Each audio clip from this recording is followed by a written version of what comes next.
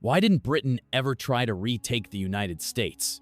The year is 1783. The mighty British Empire has just suffered a humiliating defeat. The American colonies, once a jewel in the imperial crown, are now an independent nation. In London, many refuse to believe it. How could this ragtag rebellion possibly last? Surely, the Americans will soon come to their senses, realize their mistake, and return to the empire. But they never did. And here's the real question. Why didn't Britain ever try to take America back? Why, in the decades that followed, did the empire simply let it go?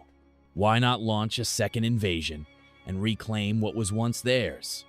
At first, Britain didn't see the need. The new American government was weak, chaotic, and deeply divided. The British still controlled much of the trade, making money without the hassle of governing. And besides, many in London believed America's experiment with democracy was doomed to fail. Monarchies were the natural order of things. Sooner or later, the Americans would realize that, and with no royal blood of their own, turn back to Britain. But fate had other plans. Just as the dust settled on the American Revolution, a much greater storm erupted the French Revolution. Within years, Europe was on fire, and Britain found itself locked in a desperate existential war with Napoleon. Suddenly, America was the least of their concerns. Then came 1812, the last moment, when Britain could have changed the course of history.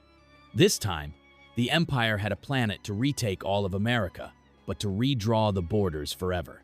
British forces occupied Maine, intending to turn it into a new colony, New Ireland.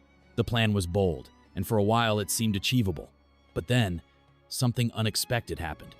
During the peace negotiations, Britain made a stunning decision. It didn't ask for a single inch of American land. Why? Because Britain's true battlefield wasn't North America, it was Europe.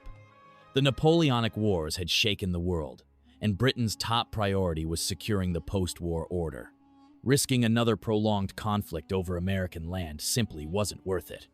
And so, the moment passed. By the mid-19th century, Britain had shifted its focus elsewhere: India, Africa, and a growing rivalry with Russia. Meanwhile, the United States had become too powerful to challenge without risking everything, including Canada. And just like that, the dream of reclaiming America faded into the pages of history.